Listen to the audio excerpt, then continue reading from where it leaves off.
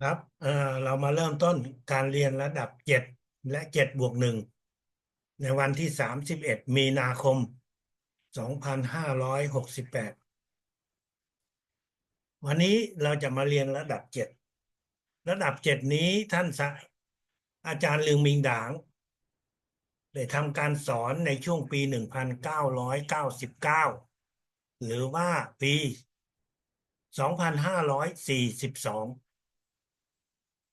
ท่านอาจารย์ใหญ่ได้กลับไปสอนที่สหรัฐอเมริกาหลังจากเกือบ9 ปีที่ท่านเดินทางไปสอนที่ประเทศต่างๆที่ยุโรปที่ประเทศไทย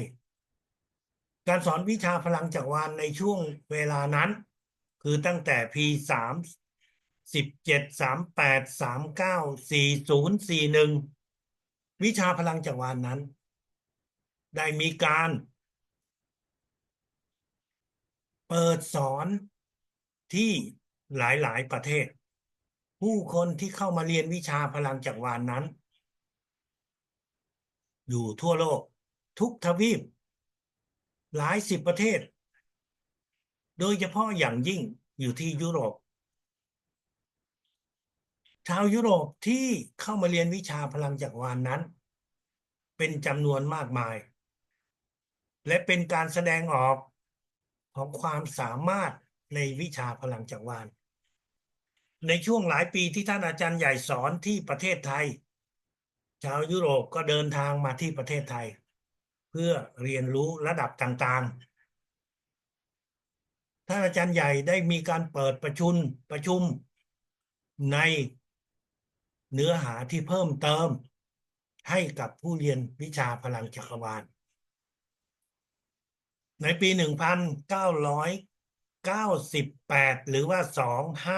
2541ในการเดินทางของท่านอาจารย์ใหญ่ไปที่ประเทศสวิตเซอร์แลนด์ท่านได้เดินทางไปที่ประเทศเบลเยียมเพื่อที่จะร่วมการประชุมของ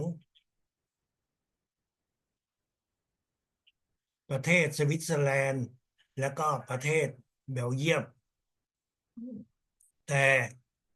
ด้วยความที่วิชาพลังจักรวาลนั้นขยายไปในวงกว้างทำให้ผู้นำทางจิตวิญญาณของหลายประเทศนั้นตกใจและสิ่งที่ตามมานั่นก็คือการที่เขาได้จับกุมท่านอาจารย์ใหญ่ที่ประเทศเบลเยียมการจับกุมครั้งนั้นทำให้อาจารย์ใหญ่ต้องอยู่ในเรือนจำ3 เดือนผู้เรียนพลังจักรวาลส่วนใหญ่ไม่รับรู้เรื่องนี้เพราะว่ามันเป็นเรื่องของศูนย์ต่างๆที่เขาดูแล3 เดือนที่ท่านอาจารย์ใหญ่อยู่ในเรือนจำการสอนวิชาพลังจักรวาลก็หยุดชะงักแต่มันก็เป็นก้าวกระโดดของการเรียนรู้จากที่เราต้องเรียนอยู่ต่อหน้าของท่านอาจารย์ใหญ่ก็ในช่วงเวลาที่ท่านอาจารย์ใหญ่อยู่ในเรือนจำนั้นการเปิดจักระ100%ซึ่งแต่สมัยก่อนช่วงแรกนั้นเราจะต้องรับการเปิดจักระ100%อยู่ต่อหน้าแต่หลังจากที่อาจารย์ใหญ่ได้เข้าไปในเรือนจำการเปิดจักระ100%ก็ถูกพัฒนาขึ้นในอีกระดับหนึ่งคือการเปิดจักระ100%ผ่านทางโทรศัพท์ไม่ใช่อินเทอร์เน็ตนะครับเพราะสมัยนั้นเพิ่งแค่มีโทรศัพท์ก็ทำการเปิดจักระร้อยเปอร์เซ็นต์หลายคนก็ไม่เชื่อว่าเปิดได้เพราะไม่ได้นั่งอยู่ต่อหน้าท่านอาจารย์ใหญ่หลังจากที่ท่านอาจารย์ใหญ่ได้รับการช่วยเหลือได้วางเงินมัดจำเกือบ5 ล้านมากกว่า5 ล้านบาทพวกเราจำไว้นะ ปี2540เป็นปีที่เมืองไทยเกิดวิกฤตที่เราเรียกว่าวิกฤตต้มยำกุ้งการโอนเงินออกนอกประเทศนั้นเป็นสิ่งที่ช่วงนั้นมีข้อห้ามมีกฎระเบียบหลายอย่างแต่พี่น้องคนไทยของเราก็ได้มีการช่วยเหลือเพื่อให้ท่านอาจารย์ใหญ่ได้วางเงินในการที่จะออกจากเรือนจำและท่านอาจารย์ใหญ่ก็ได้กลับไปอยู่ที่สหรัฐอเมริกาท่านก็ได้เปิดการสอนวิชาพลังจักรวาลระดับ7ในปี4142พวกเราทุกคนนั้นตอนนั้นไม่ว่าจะเป็นประเทศไหนเราก็ต้องเดินทางไปที่สหรัฐอเมริกาการเดินทางครั้งนั้นมันเป็นการเดินทางเมื่อ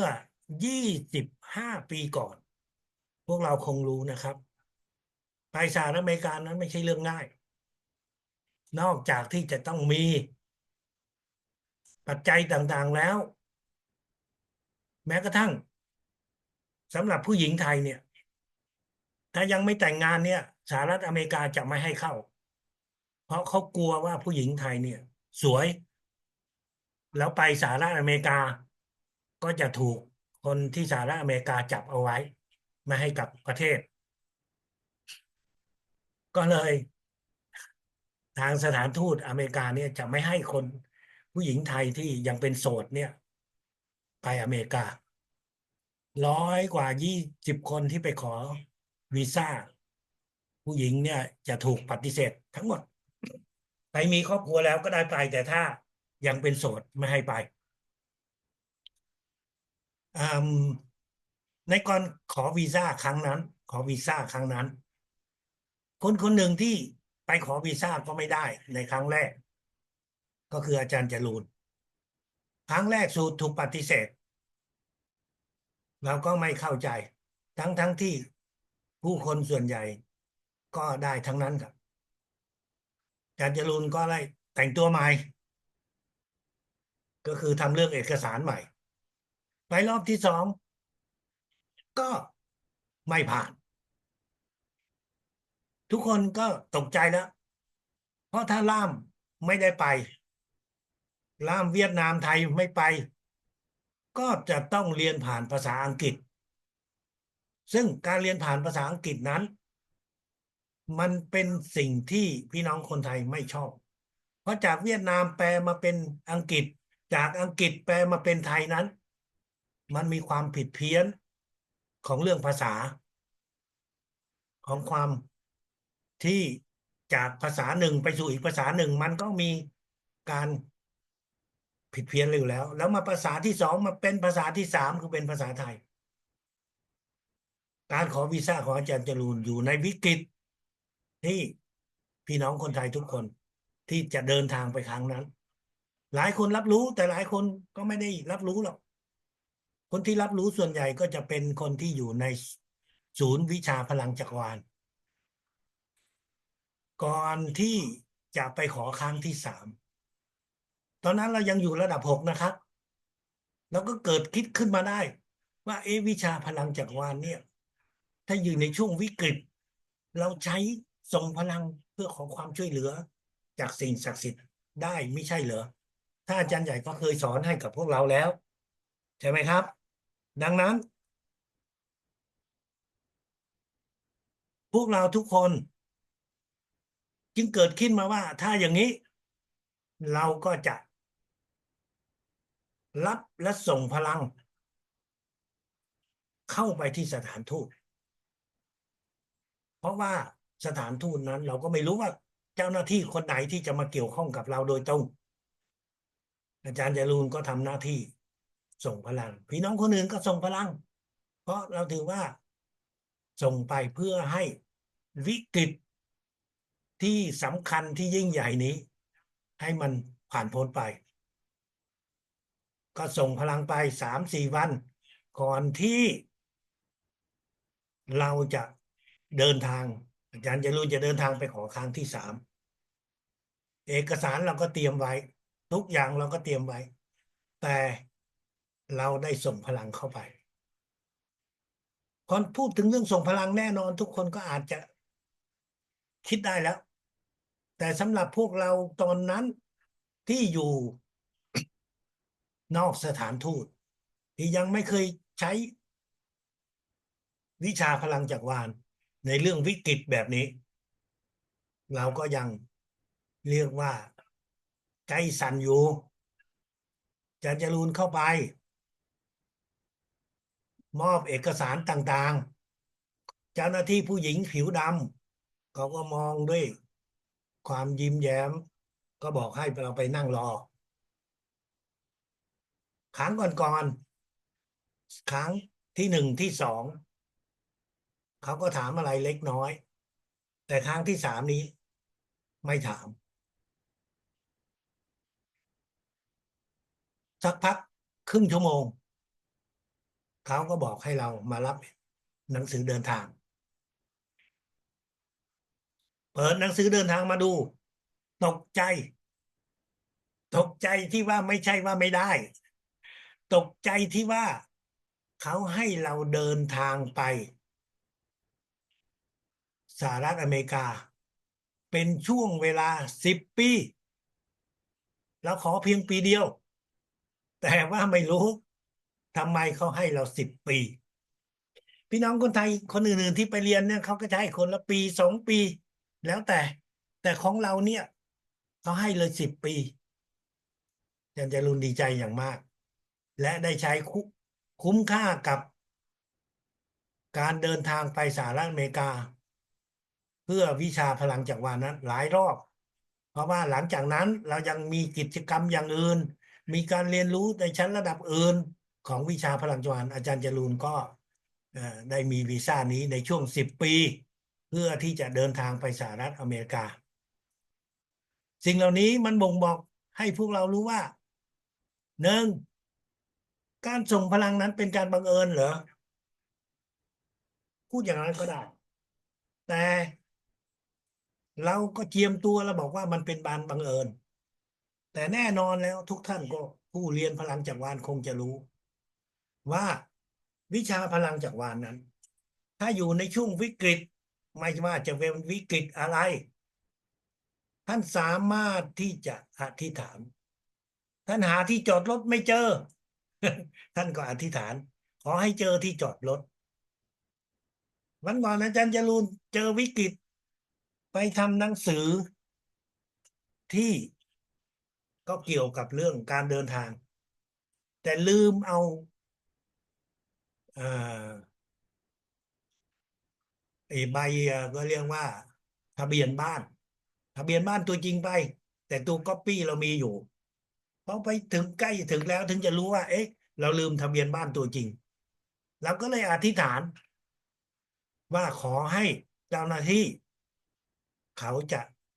ให้ผ่านได้ง่ายไม่ต้องดูทะเบียนบ้านตัวจริงเพราะเขาโดยปกติเขาจะขอดูทะเบียนบ้านตัวจริงปรากฏว่าเจ้าหน้าที่พอเราส่งพลังเข้าไปเอ่อส่งพลังเข้าไปพอถึงคิวที่เรา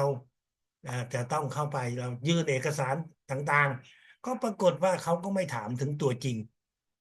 อันนั้นก็คือเป็นสิ่งที่พวกเราทุกคนนั้นให้รู้ว่าการฝึกฝนในการใช้วิชาพลังจักรวาลพวกเราทุกคนนั้นฝึกฝนในชีวิตประจำวันมันเป็นเรื่องหนึ่งแต่ว่าพอเจอวิกฤตมันก็เป็นอีกเรื่องหนึ่งแต่ด้วยจิตของความเรียกว่าคุ้นเคยของความกล้าของความเชื่อมั่นพวกเราทุกคนทำไปเดี๋ยวก็จะเห็นผลอย่างเรียกว่าไม่น่าเชื่อในระดับ7 และ 7+1นี้พวกเราทุกคนก็จะยังต้องทำสมาธิกับปิรามิด13 ด้านพีระมิด13 ด้านคือพีระมิดตัวที่พวกเรามีอยู่นั้นเราจะเรียกว่าตัวใหญ่ก็ได้เพราะเรายังมีพีระมิดตัวเล็กอีกด้วย แต่การฝึกพีระมิดเพื่อฝึกสมาธินั้น เราจะฝึกกับตัวใหญ่เท่านั้นพีระมิดตัวใหญ่นี้คือมี13 ด้านมี13 เส้นจากข้างบนลงข้างล่างระวางอยู่ต่อหน้าให้ด้านแบนหันมาหาตัวเราด้านสันก็หันไปข้างหน้ามองจากบนลงข้างล่างมองทีละเส้นทีละเส้นมองด้วยสายตาของเรามองทีละเส้นจากเส้นที่1ไปจนถึงเส้นที่13เราก็ใช้เวลาอยู่ที่ประมาณ30วินาทีหรือแต่ละเส้น2วินาทีถึง3วินาทีท่านไม่ต้องรีบร้อนทำไปเรื่อยๆลงมาถึงถึงชั้นล่างคือชั้นที่13เราก็ย้อนขึ้นไปข้างบนย้อนขึ้นไปมีหลายคนเคยถามท่านอาจารย์ใหญ่ว่าขอฝึกแบบนี้ได้ไหมคือมองจากบนลงล่างแล้วมองจากล่างขึ้นบนขึ้นไปขึ้นมาอย่างนี้ท่านอาจารย์ใหญ่บอกว่าอย่าทำแบบนั้นเพราะมันจะเกิดความสับสน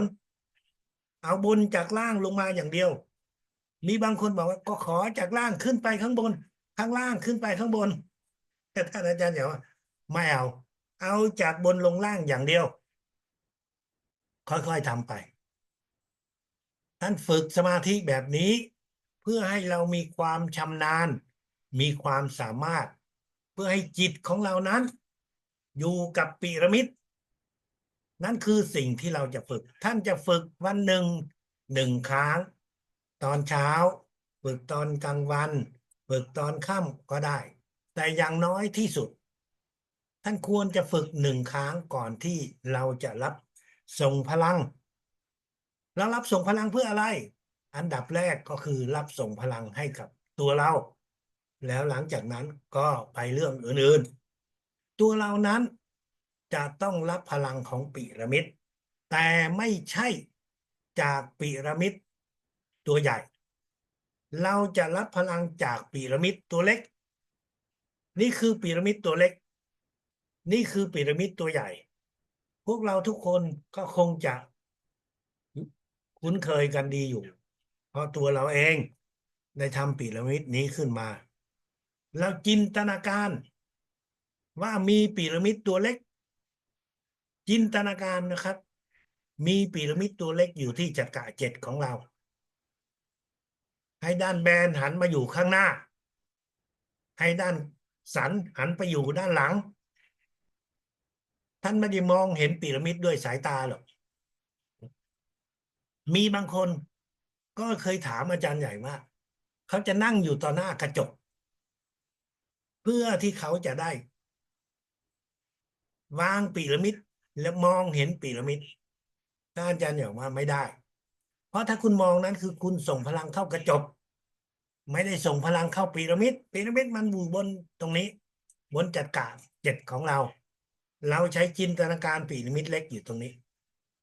เราใช้คำสั่งว่าพีระมิดเล็กอยู่ตรงนี้ถ้าท่านจินตนาการได้ก็จะดีเยี่ยมแต่ถ้าท่านจินตนาการไม่ได้ท่านก็ใช้คำสั่งว่าท่านมองเห็นพีระมิดเล็กอยู่ที่จักระเหล็ก7หลังจากนั้นท่านก็คิดในจิตว่ามองจากยอดลงฐานล่างเพราะพีระมิดมันเล็กมากเราไม่สามารถที่จะจินตนาการทีละเส้นทีละเส้นทีละเส้นได้แต่ใช้คำสั่งว่ามองจากยอดลงฐานล่างมองจากยอดลงฐานล่างมองจากยอดลงฐานล่าง3 ครั้ง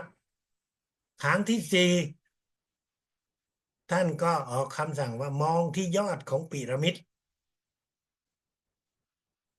ขั้นตอนนี้เป็นขั้นตอนที่ท่านรับพลังของพีระมิดเล็กเข้ามาที่จักระ7ของเรา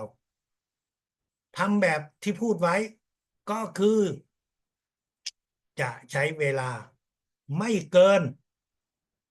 30วินาทีมองจากยอดลงฐานล่างมองจากยอดลงฐานล่างมองจากยอดลงฐานล่างไปจนครั้งที่4ก็คือ มองที่ยอดของพีระมิดเล็กพวกเราทุกคนจำไว้นะครับ มองจากยอดลงฐานล่างก็ใช้เวลาไป2 วิ 3 วิมองจากยอดลงฐานล่างก็ใช้เวลาไปอีก2 วิ 3 วิมองจากยอดลงฐานล่างก็ใช้เวลาไปอีก2 วิ 3 วิแล้วมองที่ยอดของพีระมิดครั้งที่สี่นั่นคือสิ่งที่พวกเราทุกคนจงนึกอันก่อนละนั่นคือสิ่งที่พวกเราทุกคนจะต้องฝึกปฏิบัติเพื่อรับพลังเข้าพีระมิดเล็ก ที่ของพีระมิดเล็กเข้าที่จักระเจ็ดของเรา หลังจากนั้นเราก็จะรับและส่งพลังไปในจุดที่ท่านมีอาการเจ็บ ท่านเจ็บอยู่ที่ตรงไหน อาจจะเจ็บอยู่ที่หน้าอก ท่านก็จินตนาการมองเห็นหน้าอก แล้วก็จินตนาการพีระมิดเล็กอยู่บนจักระเจ็ด มองจากยอดลงฐานล่าง3 ครั้งแล้วก็ครั้งที่สี่อยู่ที่ยอดหลังจากที่ได้รับพลังพีระมิดเล็กเรียบร้อยแล้วท่านก็มองมาที่จักระเจ็ดไม่ใช่มองมาที่เราเจ็บที่ตรงเราเจ็บหน้าอกท่านก็จินตนาการมีพีระมิดเล็กอยู่ตรงนี้อยู่ตรงที่หน้าอกแล้วท่านก็มองจากยอดลงฐานล่างมองจากยอดลงฐานล่าง3 ครั้งและครั้งที่สี่อยู่ที่ยอด นั่นก็คือการถ่ายทอดพลังของพีระมิดเล็กเข้าจุดที่เราเจ็บอยู่ที่หน้าอก ถ้าท่านเจ็บอยู่ที่ท้องก็ทำในรูปแบบเดียวกันจินตนาการที่ท้องแล้วก็หลังจากนั้นก็รับพลังพีระมิดเล็กมาที่จักระเจ็ดแล้วหลังจากนั้นก็มองมาที่ท้องเพื่อที่จะส่งพลังให้กับจุดที่เราเจ็บอยู่ที่ท้อง ในบางครั้งท่านไม่เจ็บที่ไหนบนร่างกายแต่ถามว่าในร่างกายของเรานั้นเป็นร่างกายที่ไม่มีโรคภัยไข้เจ็บจริงหรือไม่ถ้าท่านไม่ไปหาหมอท่านก็ไม่มีความรู้สึกอะไรแต่ท่านไปหาหมอหมออาจจะบอกว่าท่านมีจุดเริ่มต้นของโรคมะเร็งท่านมีจุดเริ่มต้นของโรคไตโรคตับโรคม้ามโรค หมอเนี่ยเขามีเครื่องไม้เครื่องมือเขามีประสบการณ์ดังนั้นเขาอาจจะค้นพบโรคภัยไข้เจ็บที่มีอยู่ในร่างกายของเราแต่ถ้าร่างกายของเราดีจริงๆไม่มีอะไรที่เป็นเจ็บป่วยร่างกายของเรานั้นตามอายุไขโดยเฉพาะท่านไหนที่มีอายุสูงร่างกายของเรานั้นจะมีการเสื่อมตามอายุของเรา การเสื่อมนั้นคืออะไร คือการที่เซลล์ในกล้ามเนื้อต่างๆของเรานั้นมันหมดอายุใช้งาน อายุใช้งานของกล้ามเนื้อของเรา อายุใช้งานของกระดูกของเรานั้น มันอยู่ที่แค่ประมาณ90 วันหรือ190 วันสำหรับกระดูก องค์ประกอบที่สร้างเซลล์เหล่านี้ขึ้นมาก็คือสารอาหารที่เรารับประทานเข้าไป มันก็มาสร้างร่างกายของเรา แต่มันสร้างได้อยู่ได้เพียงประมาณ90 วันพอถึงช่วงนั้นมันก็จะเริ่มเสื่อมมันก็จะเริ่มหมดเรี่ยวหมดแรงหมดความสามารถที่จะใช้งานได้ดังนั้นเราถึงจะเห็นว่าผู้มีอายุ ร่างกายของเรานั้นมันก็จะเสื่อมตามวัยมันไม่ใช่โรคภัยไข้เจ็บแต่มันเป็นการใช้งานไม่ได้จึงทำให้ภายในของเรานั้นรู้สึกเหนื่อยเราไม่ได้ทำอะไรเยอะแยะหรอกแต่เราเหนื่อยแรงกายของเราก็จะน้อยกว่าแต่ก่อนขึ้นลงบันไดเราก็จะเหนื่อยดังนั้นถ้าหากว่าท่านส่งพลังเข้าไปอะไรจะเกิดขึ้น ถ้าท่านรับส่งพลังให้กับตัวเองทุกวันท่านตรงไหนที่เซลล์มันเสื่อมมันก็จะเปลี่ยนแปลงคือมันจะสลายตัวออกไป แล้วเซลล์ใหม่ก็จะสร้างขึ้นมาตรงไหนที่ท่านเป็นโรคภัยไข้เจ็บ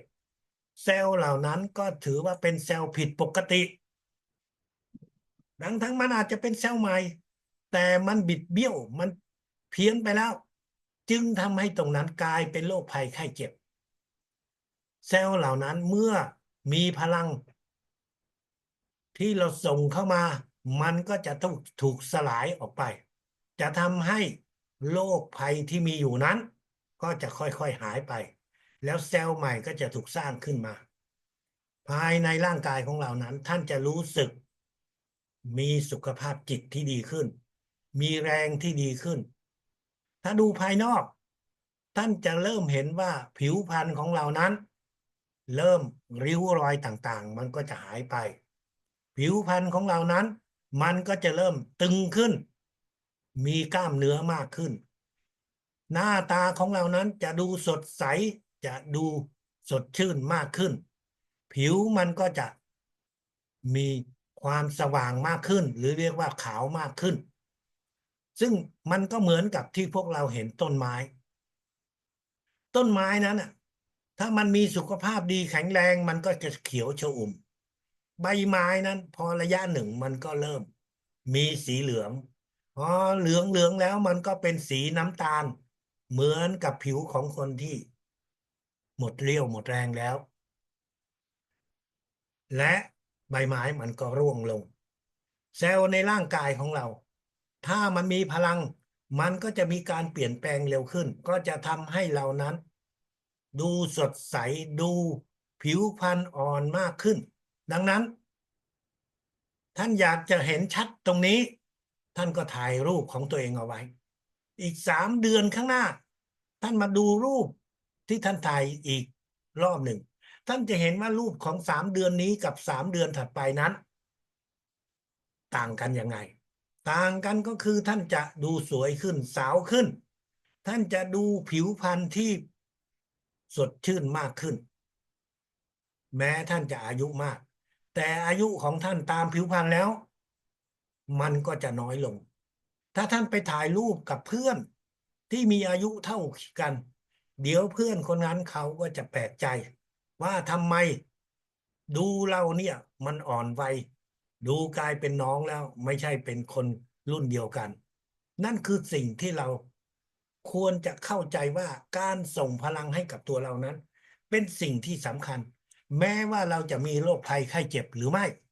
ถ้าท่านไม่มีโรคภัยไข้เจ็บท่านยิ่งส่งพลังก็ยิ่งดีแต่ถ้ามีโรคภัยไข้เจ็บโรคภัยไข้เจ็บเหล่านั้นก็จะได้หายไปเราไม่บอกว่าเรารักษาหรอกแต่การที่เราส่งพลังนั้นทำให้เซลล์ต่างๆนั้นมันเปลี่ยนแปลงในทางที่ดีทำให้เซลล์เสียมันถูกสลายตัวออกไป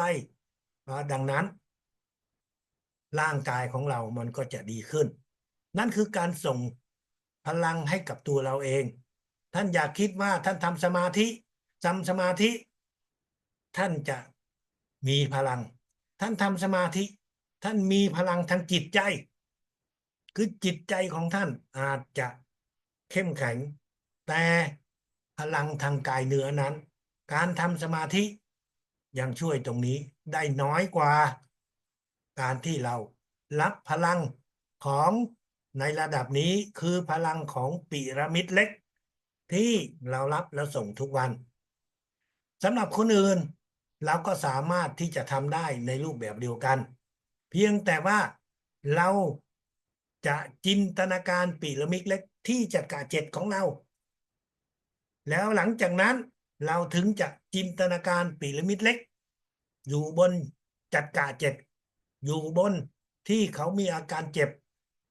จินตนาการพีระมิดเล็กเพื่อเรารับพลังแล้วก็จินตนาการบนที่ของเขาต้องการเขาเจ็บตรงไหนเราก็จินตนาการพีระมิดเล็กไปตรงนั้นให้เขาหรือเราก็จะจินตนาการไปตามจักระต่างๆจินตนาการปีนิมิตเล็กไปตรงนั้นเราใช้เป็นคำสั่งใช้เป็นคำสั่งเพราะเป็นรูปภาพนั้นเราจินตนาการมันยากมันไปไม่ถึงเรามองไม่ได้เพราะว่ามันเป็นภาพใน มิติ3 มิติที่เราไม่สามารถใช้จิตของเรามองเห็นได้ชัดเจนมันไม่เหมือนกับกล้องวิดีโอที่เรามองเห็นแต่จิตของเรานั้นด้วยคำสั่งเราทำได้เราบอกว่าเรามองส่งพลังเข้าไปที่จักระ5แล้วก็มีพีระมิดมองจากยอดพีระมิดเล็ก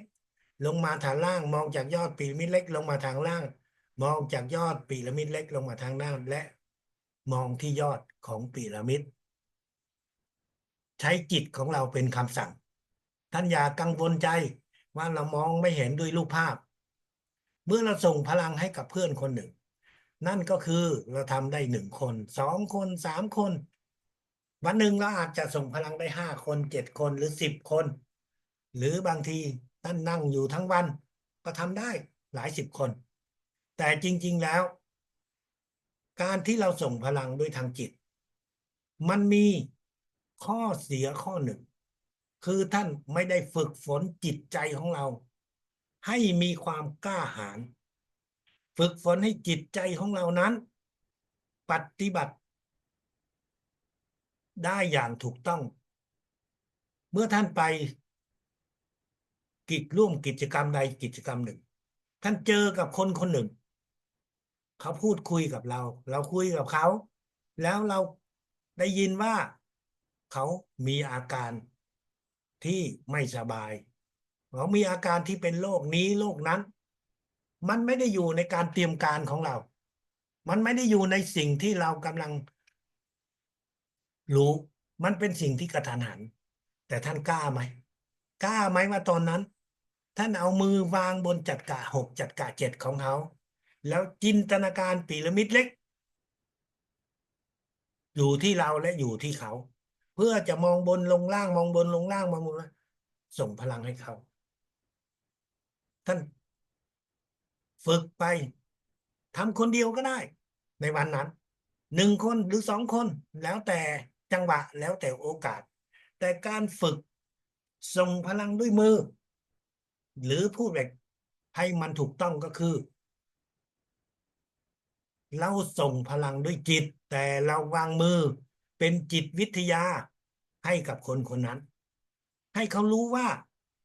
เราอะมีพลังให้เขารู้ว่าเราอยากช่วยเหลือเขาแต่ไม่ใช่เราจะเงียบๆส่งให้เขาการส่งพลังทางกายนั้นเราสามารถทำได้หลายคนแต่ถ้าจะได้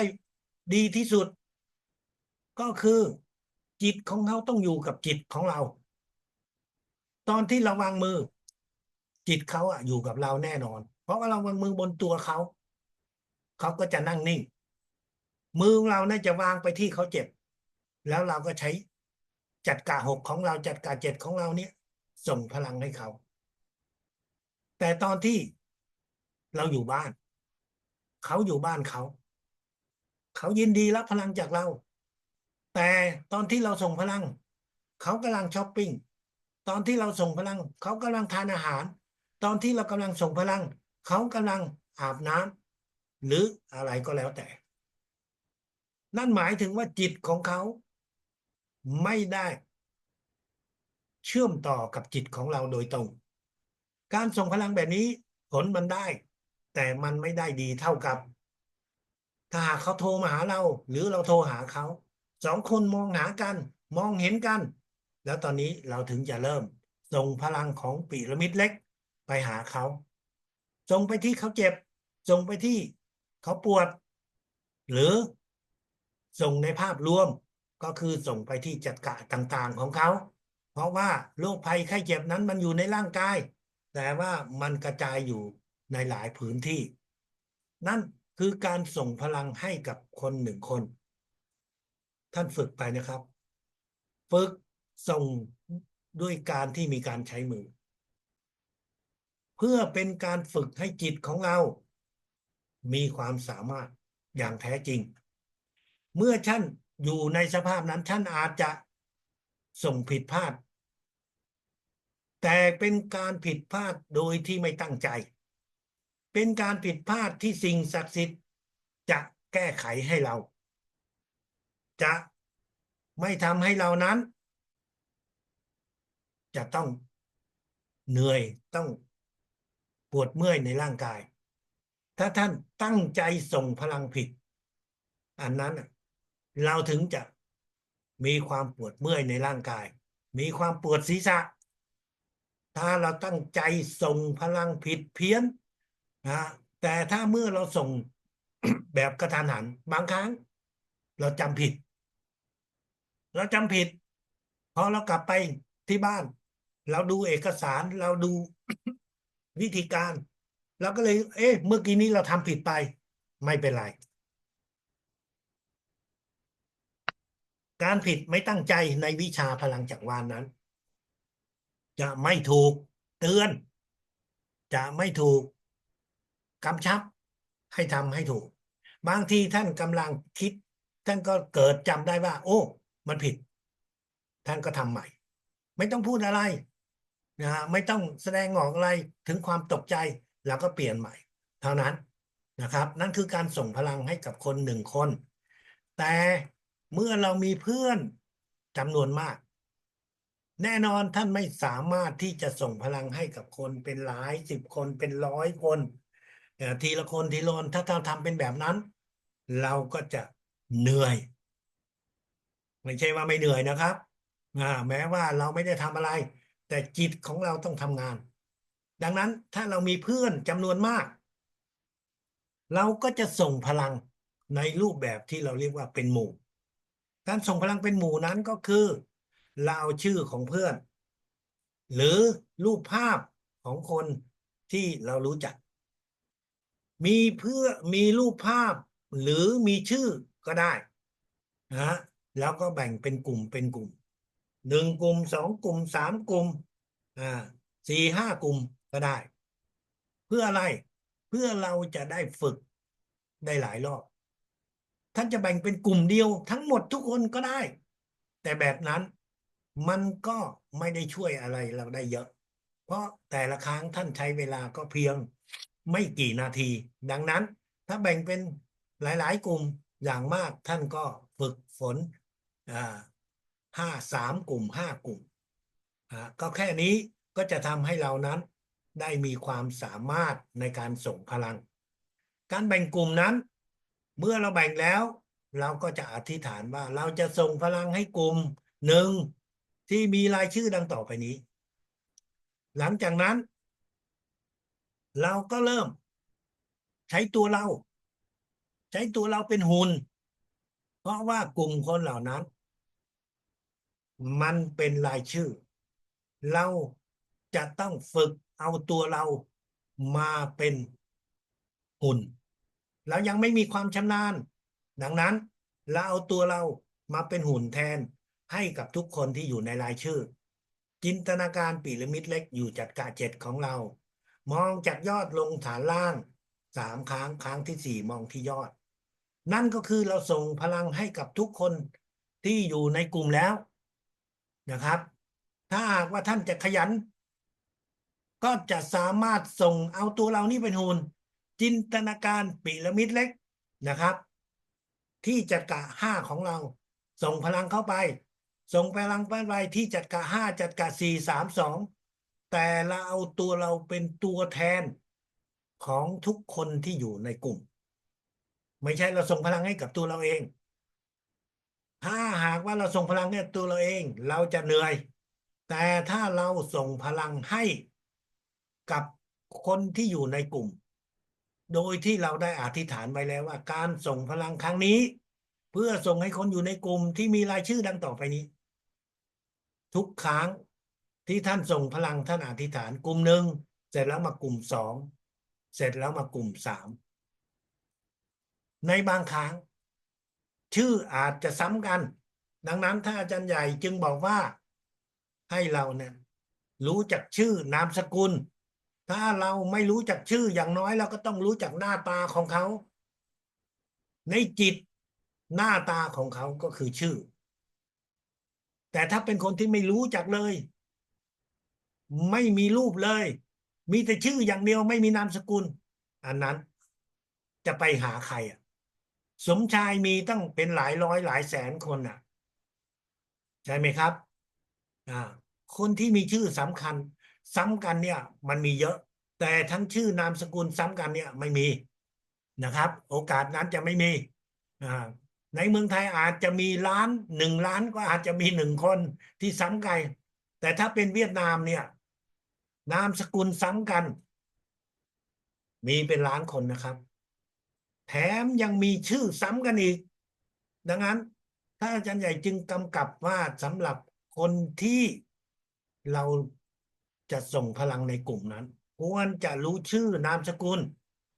นะครับและควรจะถ้าไม่มีชื่อนามสกุลก็มีรูปภาพนั่นก็คือสิ่งที่ท่านจะรับและส่งพลังท่านส่งพลังนั้นในสมัยก่อนหรือตอนนี้ก็เช่นเดียวกันคนที่เขาอยู่ในรายชื่อเขาเสียชีวิตท่านรู้หรือเปล่าไม่รู้เพราะรายชื่อนั้นมันมีหลาย10 คนบางคนอาจจะจากไปจากไปเมื่อวาน2 วันก่อนน่ะแต่เราไม่ได้โทรศัพท์หาเพราะเราไม่รู้เพราะเราก็รู้จักเท่านั้นแต่ไม่ถึงขนาดที่ว่าติดตามกันทุกวันนั้นในโอกาสที่ว่าถ้าเราส่งพลังเข้าไปเกิดคนในกลุ่ม1 คนในกลุ่มนั้นเขาเกิดเสียชีวิตโดยที่เราไม่รู้ตัวตอนที่เราส่งพลังในกลุ่มนั้น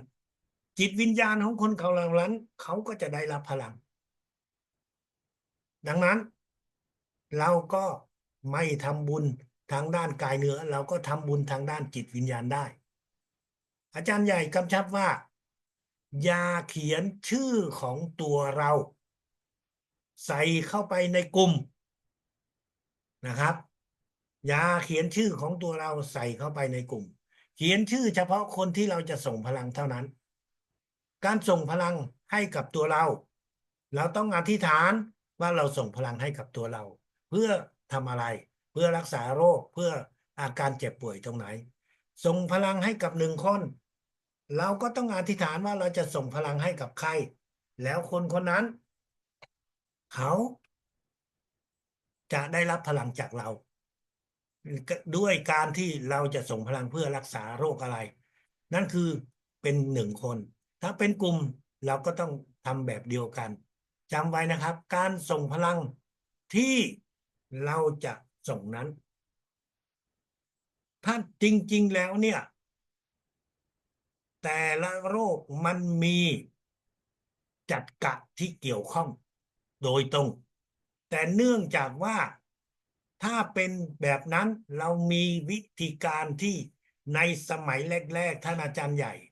บอกให้เราว่ามีทั้งหมด160วิธีการวางมือ160วิธีการท่านจะจำขึ้นใจได้เหรอท่านจะเปิดตำรามองเห็น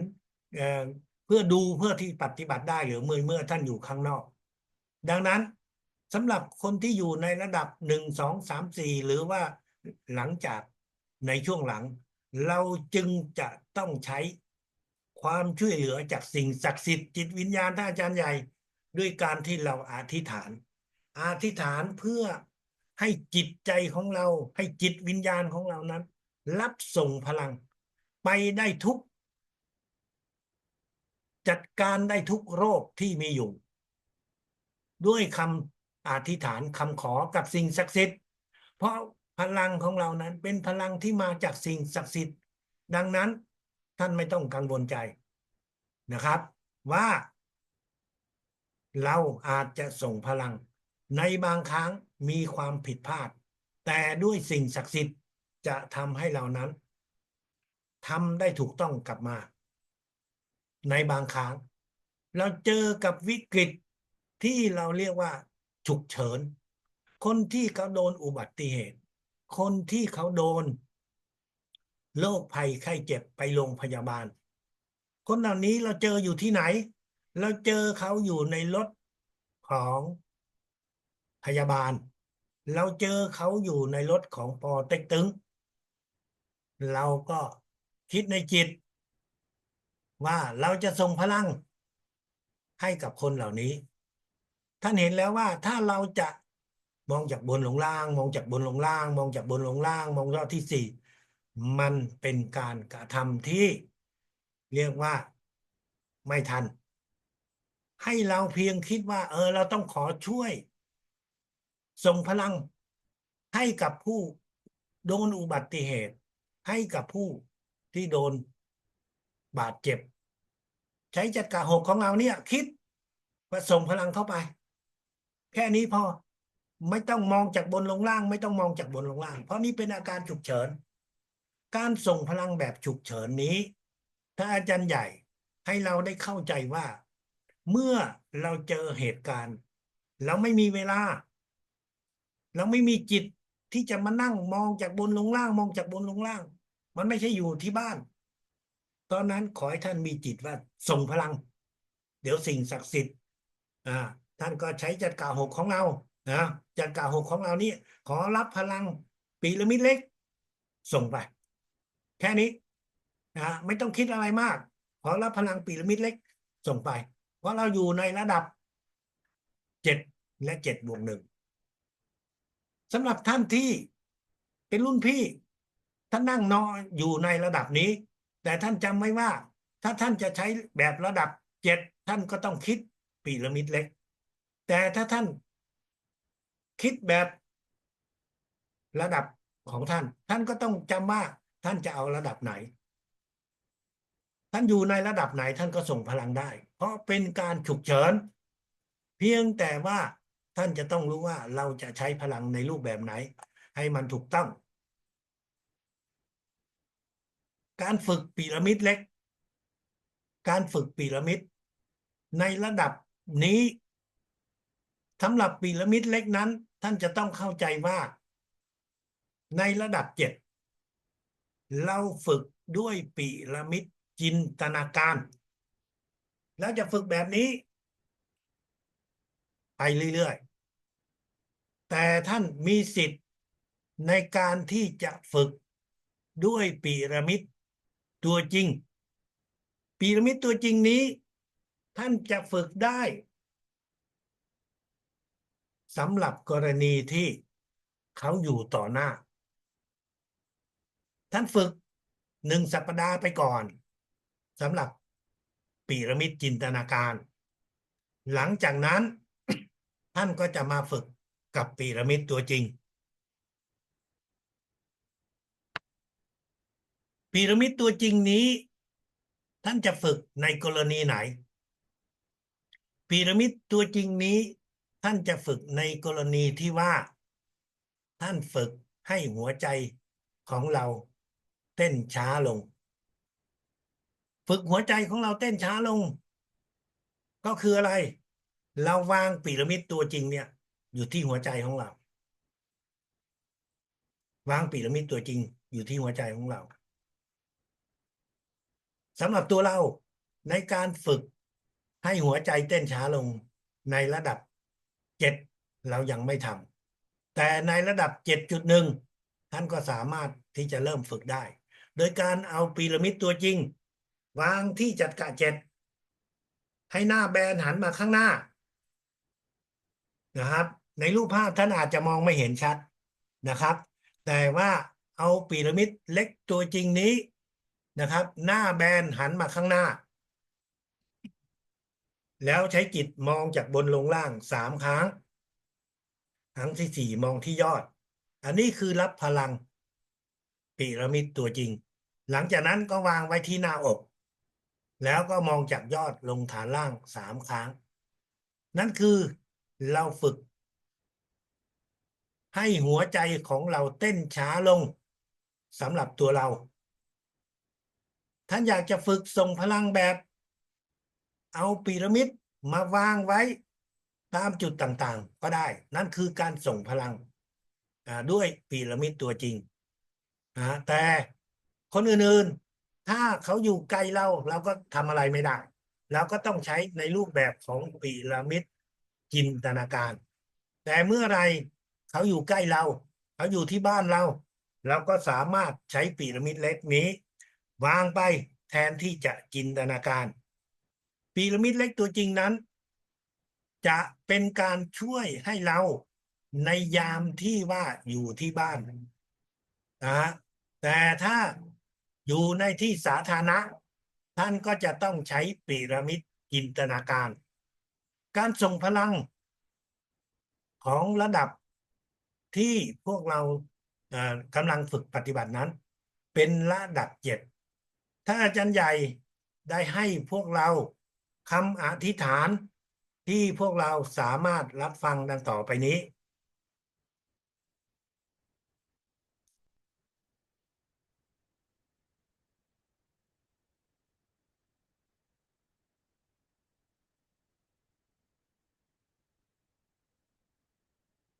Xem không để che các sự dễ che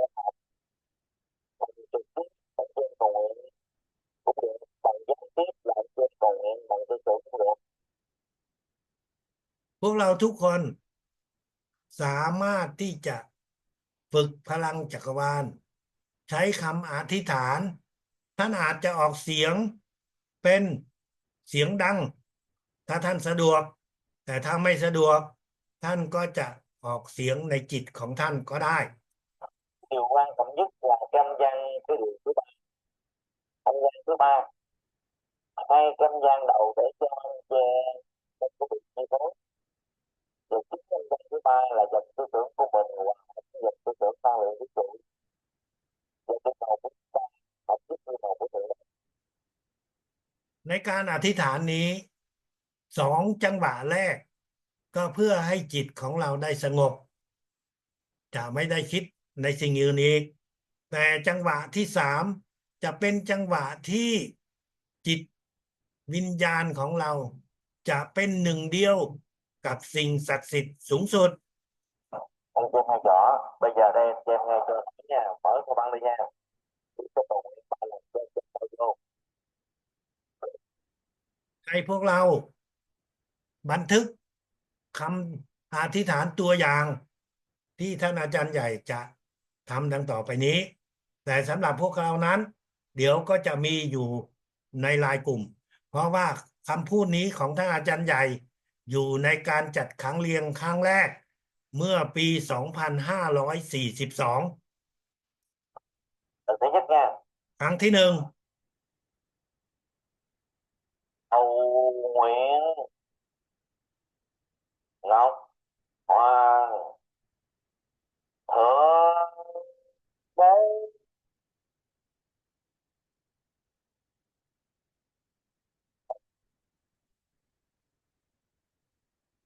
Ngọc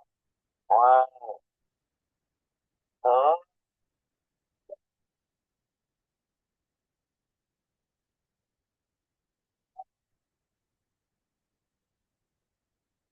Ngọc Hoàng Thượng Đế. Rồi đó, 3 lần á, anh chị em đều cho em tắt máy nha.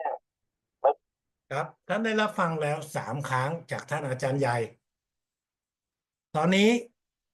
ผมขอเชิญใครสักคนลองออกเสียงเหมือนกับท่านอาจารย์ใหญ่ได้ไหมได้ไหมครับคุณพระแพงออกเสียงได้นะครับค่ะเอาเลยปีแอน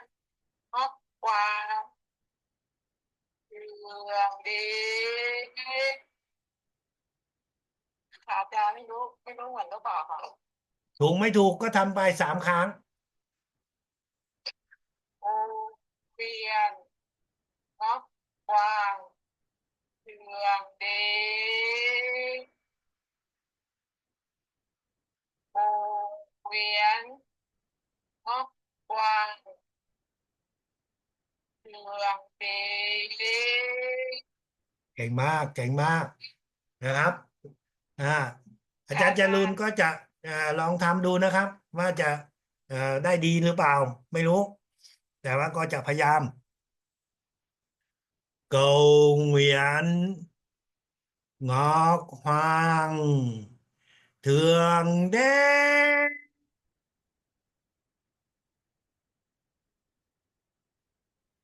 cầu nguyện ngọc hoàng thượng đế.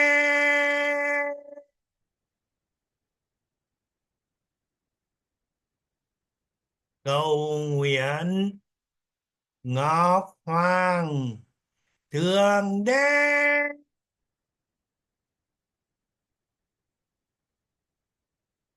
3 ครั้ง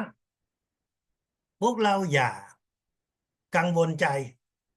ฝรั่งเนี่ยถ้าเขาพูดภาษาเอเชียเหมือนภาษาไทยกับภาษาเวียดนามเนี่ยแน่นอนถ้าพวกเราฟังแล้วพวกเราก็จะหัวเราะนะแต่คำอธิษฐานเหล่านี้จะทำให้จิตของเรานั้นมันสงบและจะทำให้เรานั้นเข้าสมาธิเป็นหนึ่งเดียวกับสิ่งศักดิ์สิทธิ์ดังนั้นท่านไม่ต้องกังวลใจว่าท่านจะต้องออกเสียงให้ดังนะครับคิดในจิตก็ได้ออกในจิตแล้วทุกอย่างมันก็จะเป็นไปได้ดีนะครับท่านอย่ากังวลใจว่าท่านจะออกเสียงแล้วมันจะเพี้ยนไม่ถ้าอาจารย์ใหญ่บอกว่ามันไม่ใช่ตรงอยู่ที่ว่าท่านออกเสียงถูกทำนองหรือว่าออกเสียงถูกความหมายแต่ประเด็นมันอยู่ที่ว่าท่านได้ออกเสียงตามอ่าเรียกว่าทำนองในภาษาของเวียดนามที่สูงอยู่ด้านหลังคือจังหวะที่3นะครับอ่านั่นก็คือสิ่งที่พวกเราค่อยๆทำไปค่อยๆฝึกไปในระดับ7 และ 7+1นี้ถ้าอาจารย์ใหญ่สอนในช่วงเวลาของปี1999หรือเป็นปีสุดท้ายของศตวรรษที่20จะก้าวเข้าศตวรรษที่21ในปีนั้นก็คือจะเป็นปี2000ตามที่นักวิทยาศาสตร์นักคอมพิวเตอร์ในยุค25ปีก่อนนั้นก็เกิดมีความกังวลใจว่าโลกของเรานั้นไฟจะดับทั่วโลกเพราะอะไรเพราะว่าระบบการจ่ายไฟฟ้าในยุคนั้นเมื่อ25ปีก่อนเขาก็ใช้ระบบคอมพิวเตอร์ในการควบคุมการจ่ายไฟฟ้าดังนั้นเมื่อถึงปี2000 2000คือ2000เลข0 2 ตัวอยู่ด้านหลังนั้นจะเป็นเลข0ของปีอะไรเพราะในสมัยนั้นเขากำกับว่าปี1991ก็คือเลข91 92ก็คือเลข92อย่างนี้ไปเรื่อยๆตั้งแต่มีคอมพิวเตอร์ในปี1950เขานิยามปีว่าปี50ก็คือ1950 51ก็คือ1951ไปเรื่อยๆแต่พอมาถึงปี2000มันก็จะกลายเป็น2เลข0แล้ว2เลข0นี้มันคือปี1900หรือปี2000ถ้าคอมพิวเตอร์มันสับสนในตรงนี้มันก็จะจ่ายออกคำสั่งจ่ายไฟไม่ถูกต้องและโลกของเรานั้นไฟก็จะดับทั่วโลกนี่คือความกังวลใจที่ในยุคนั้นท่านอาจารย์ใหญ่ก็ได้รับทราบและได้จัดชั้นเรียนระดับ7 และ 7+1โดยการที่ได้มีการออกแบบของเสาอากาศเสาอากาศนี้ได้พูดถึงในระดับ7แล้วหลังจากนั้นระดับ7+1อีก3-4เดือนถัดไปก็ได้มีการทำขึ้นมาเป็นตัวจริงมันมีความสูงเท่ากับ1ไม้บรรทัด30เซนติเมตรมันมีด้าน13เซนติเมตรแต่ละด้านอย่างที่พวกเรามองเห็นอยู่ในรูปภาพซึ่งพีระมิดเสาอากาศนี้ถ้าพูดตามอายุแล้วก็มีอายุ25-26ปีแล้วตั้งแต่ตอนที่มีเสาอากาศตอนนั้นมาจนถึงตอนนี้ก็ยังไม่มีเสาอากาศชิ้นไหนที่สร้างไฟให้กับผู้เรียนวิชาพลังจักรวาลแม้กระทั่งเสาอากาศที่อยู่ในบ้านของท่านอาจารย์ใหญ่เอง ก็เช่นเดียวกัน ก็ไม่ได้สร้างไฟฟ้าที่จะใช้ได้ คือถ้ามันมีไฟฟ้าใช้ได้ เราก็ดึงคัทเอาท์ลงมา แล้วเราก็จะเชื่อมต่อพลังไฟฟ้ามาจากจักรวาลนี้ ใส่เข้าไปในบ้านของเรา เราใช้ได้ในบ้านของเรา เพื่อเป็นประโยชน์ในครอบครัวเท่านั้น แต่ไม่สามารถที่จะเอามาประโยชน์เป็นการทำธุรกิจได้ หมายถึงว่าใช้เครื่องจักรตู้เย็นนะครับ แสงสว่างในบ้านทำได้ แต่ใช้เป็นเครื่องจักรทำไม่ได้ อย่างไรก็ตามพวกเราก็คงรู้ ถ้าหากว่าไฟดับทั่วโลก ท่านลองนึกดู ท่านอยู่ตึกสูง แล้วตึกนั้นไม่มีไฟฟ้า ท่านจะขึ้นลงตึกได้อย่างไร ท่านจะมีน้ำใช้ได้อย่างไร ถ้าหากว่าท่านอยู่ในตึกสูง ท่านอยู่ที่ต่ำแต่ไม่มีไฟฟ้า น้ำก็ไม่สามารถที่จะมาถึงบ้านของท่านได้ เว้นแต่ว่าท่านอยู่ในชนบท ไม่มีไฟฟ้าก็มีตะเกียงไม่มีไฟฟ้าก็มีบ่อน้ำไม่ใช่น้ำประปา แต่คนในเมือง มีผู้เรียนเคยถามแล้วว่าอาจารย์ พวกเราฝึกมาหลายปี ตั้งแต่ปี40ปี42ไปจนถึงปี50ก็คือ6-7 ปีที่ฝึก เคยมีถามอาจารย์ว่า อาจารย์ฝึกมาแล้ว6-7 ปีไม่เห็นมันสว่างสักทีเลย อาจารย์ก็เลยบอกว่า เมื่อไหร่ไฟฟ้าดับ7 วัน 7 คืน เราถึงจะมีไฟฟ้าได้ ด้วยเสาอากาศ แต่จริงๆแล้ว ผู้ที่ฝึกจิตสามารถทำให้เกิดไฟฟ้าได้ เพราะมันมีหลายคนที่ไม่ได้เรียนรู้วิชาพลังจักรวาล แต่เขาสามารถจับหลอดไฟ จับหลอดไฟเหมือนกับหลอดนีออนอย่างเงี้ยนะครับ แล้วเขาก็ทำสมาธิ หลอดไฟก็จะสว่างขึ้น นั่นคือสิ่งที่เราได้เห็นในทางสื่อทีวี หรือมันอาจจะมีเรื่องหนึ่งที่พวกเราทุกคนในตอนนี้ก็อาจจะไม่ได้ฟังนั่นก็คือที่แคนาดา ประเทศแคนาดา คุณเดวิดยันนะฮะเป็นผู้เรียนระดับสูงของวิชาพลังจักรวาล ท่านก็เป็นคนหนึ่งที่เรียนวิชาพลังจักรวาลตั้งแต่ปี2532 มาจนถึงตอนที่ท่านอาจารย์ใหญ่จากไป ก็เป็นเวลาเกือบหลาย10 ปี ท่านก็ได้เล่าในระดับ19ว่า มีคนอยู่ที่แคนาดาคนหนึ่ง คนแคนาเดียนนี้เขาฝึก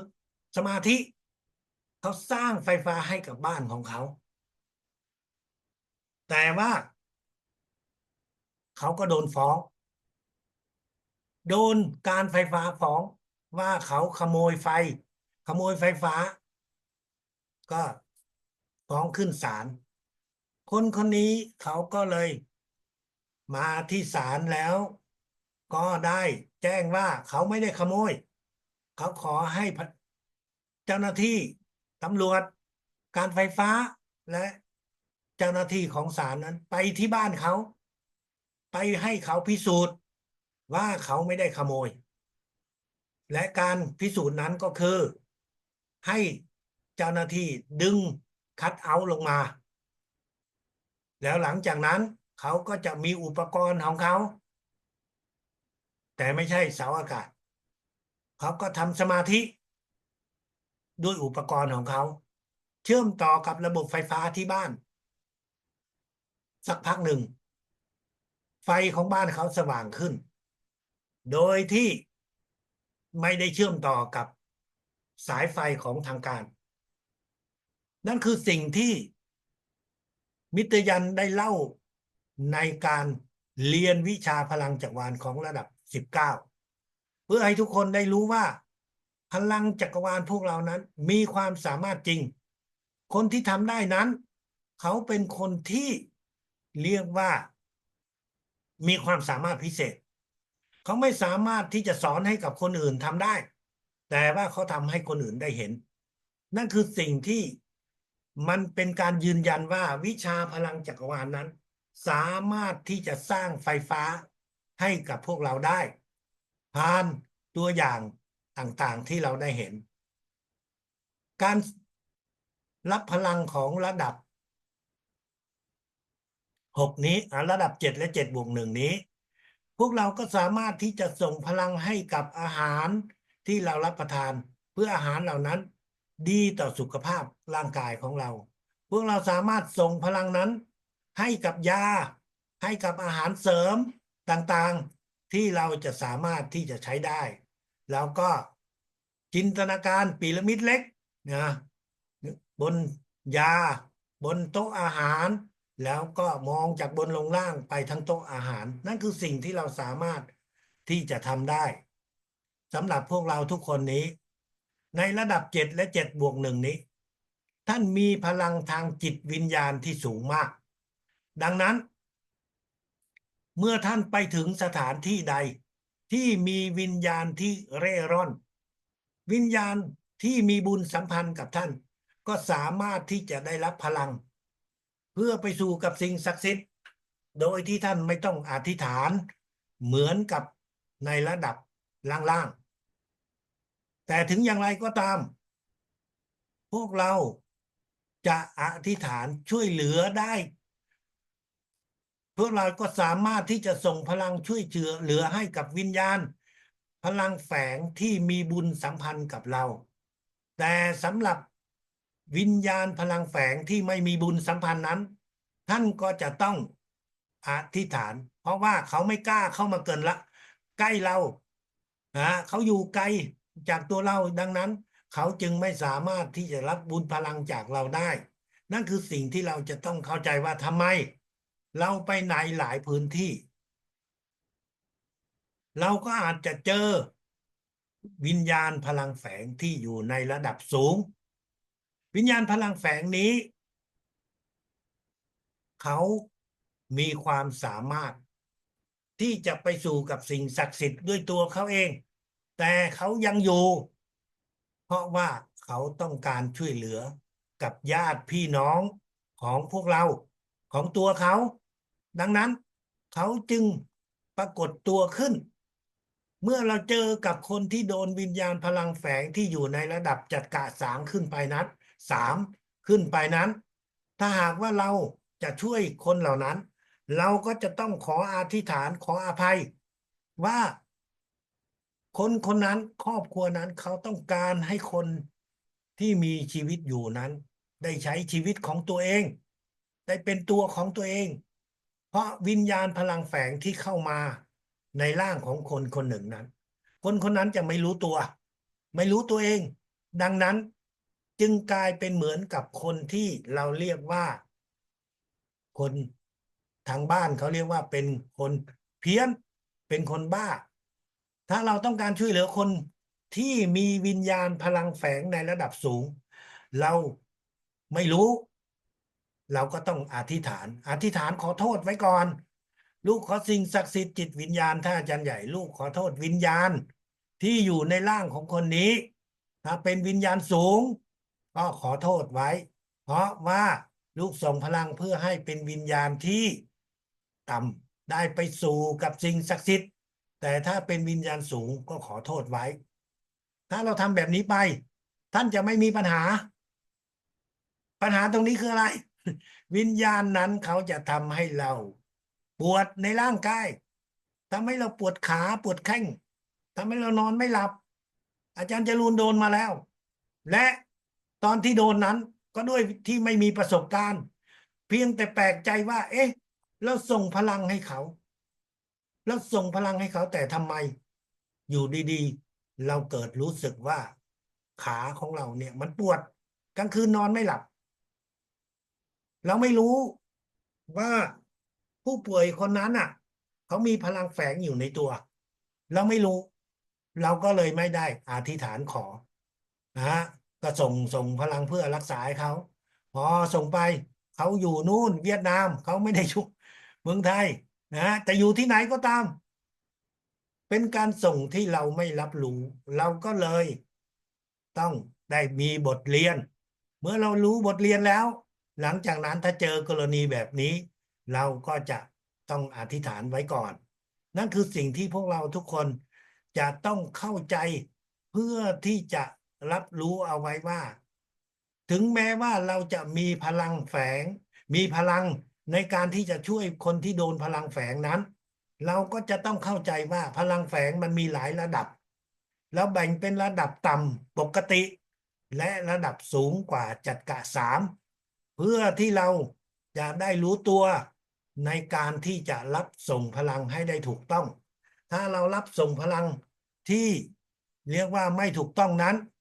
เราก็จะได้รับการเตือน นั่นคือสิ่งที่พวกเราจะต้องเข้าใจ เพื่อเราจะได้ไม่ผิดพลาด แต่อย่างไรก็ตามท่านอาจจะจำได้ในวันนี้ แต่ในวันหน้าท่านอาจจะจำไม่ได้ ในวันหน้าท่านอาจจะคิดไม่ถึงว่ามันจะเป็นอย่างนั้น ดังนั้นก็ไม่ต้องตกใจ เพราะจริงๆแล้วหลังจากที่เรารับรู้แล้วเราก็เพียงแต่อธิษฐานขอโทษ แล้วก็เราก็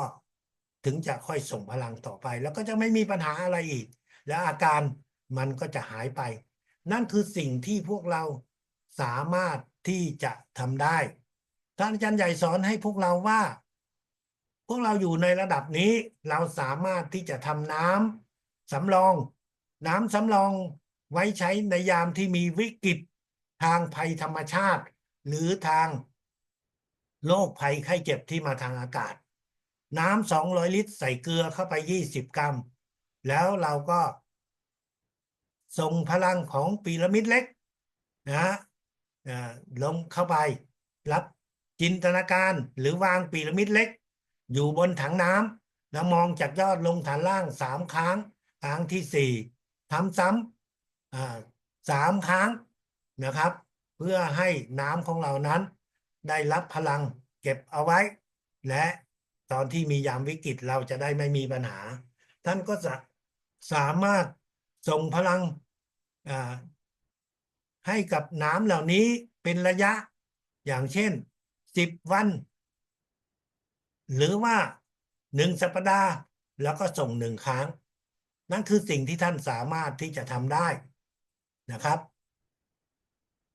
การส่งพลังนั้นท่านสามารถที่จะเริ่มส่งพลังให้กิจกรรมต่างๆในชีวิตของเรากิจกรรมต่างๆในชีวิตของเรานั้นของแต่ละคนนั้นเราไม่เหมือนกัน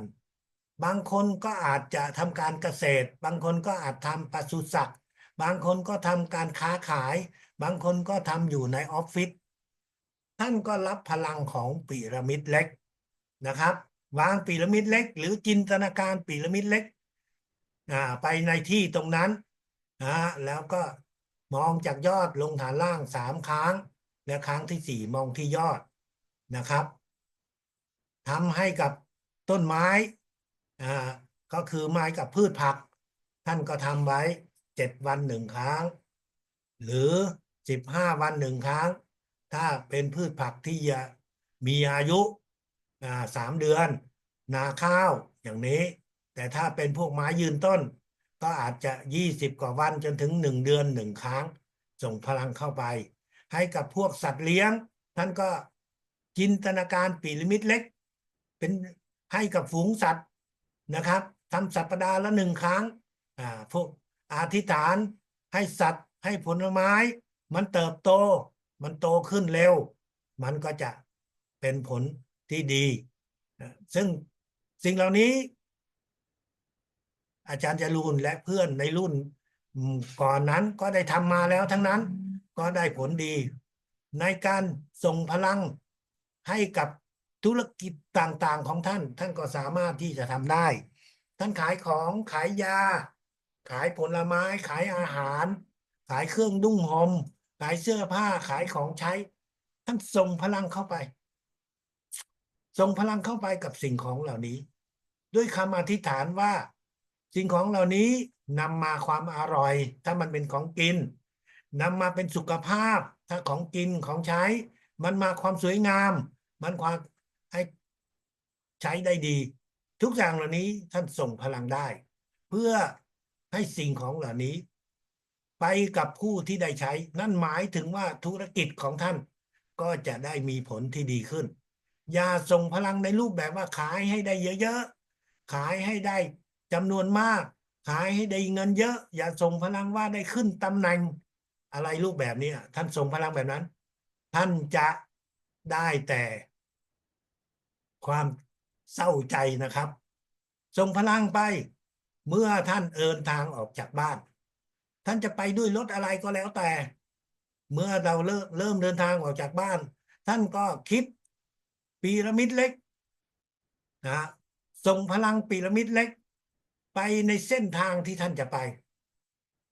ก็จินตนาการคิดว่าเส้นทางนั้น มีพีระมิดเล็ก มองจากยอดลงฐานล่าง3 ครั้งและมองที่ยอด เพื่อให้เส้นทางนั้น เราเดินทางไปได้รวดเร็ว ไม่มีปัญหา ไม่มีอันตราย จินตนาการพีระมิดเล็กบนยานพาหนะบนรถของเรา ไม่ว่ารถคันนั้นจะเป็นมอเตอร์ไซค์รถเครื่องหรือว่าเป็นรถยนต์ หรือว่ารถสาธารณะ แล้วก็ส่งพลังเข้าไป เพื่อให้เราเดินทางได้ปลอดภัยได้รวดเร็ว นั่นคือสิ่งที่เราสามารถที่จะทำได้ท่านอาจจะลืมในวันนี้ แต่วันถัดไป ท่านก็ทำใหม่เพราะว่าท่านเดินทางทุกวัน นั่นคือสิ่งที่ท่านควรจะฝึกจะจดจำเพื่อเราจะได้ฝึกฝน วิชาพลังจักรวาล เป็นวิชาที่ท่านอาจารย์ใหญ่ ได้เรียนรู้มาจากสิ่งศักดิ์สิทธิ์ ดังนั้นท่านจึงแนะนำให้กับพวกเราว่า ตอนนี้พวกเราอยู่ในระดับนี้ยังไม่สามารถที่จะเชื่อมต่อกับสิ่งศักดิ์สิทธิ์โดยตรงได้ ก็ให้เราเชื่อมต่อทางจิตกับท่านอาจารย์ใหญ่ โดยที่พวกเรารับพลังพีระมิดเล็กแล้วก็คิดถึงจักระ6ของท่านอาจารย์ใหญ่ คิดถึงจักระ6ของท่านอาจารย์ใหญ่ด้วยคำอธิษฐานขอให้เรานั้นได้เรียนรู้ทางจิตวิญญาณ พัฒนาทางจิตวิญญาณ เพื่อได้มีความสามารถสูงขึ้น แล้วท่านก็จะคิดคำถามอะไรก็ได้1 คำถามหรือ2 คำถามในจิต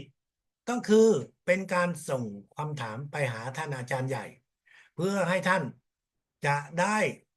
เรียนรู้กับสิ่งศักดิ์สิทธิ์ผ่านทางจิตวิญญาณกับท่านอาจารย์ใหญ่ท่านทำไปท่านอาจจะได้คำตอบหรือไม่ได้คำตอบท่านอย่าเพิ่งตกใจ เพราะคำตอบนั้นมันจะมากับท่านใน3 รูปแบบ รูปแบบที่1ก็คือ หลังจากที่ท่านได้ฝึกไป อยู่ดีๆวัน2 วันท่านก็คิดออกมาได้ว่าควรทำอย่างไร หรือว่าอยู่ดีๆก็จะมีคนพูดถึงเรื่องเหล่านี้ เพื่อให้ทำท่านนั้น ได้รู้ว่าควรจะเข้าใจควรจะปฏิบัติอย่างไร และสูงสุดก็คือ ท่านอาจจะได้สัมผัสทางจิต ก็มีเสียงเข้ามา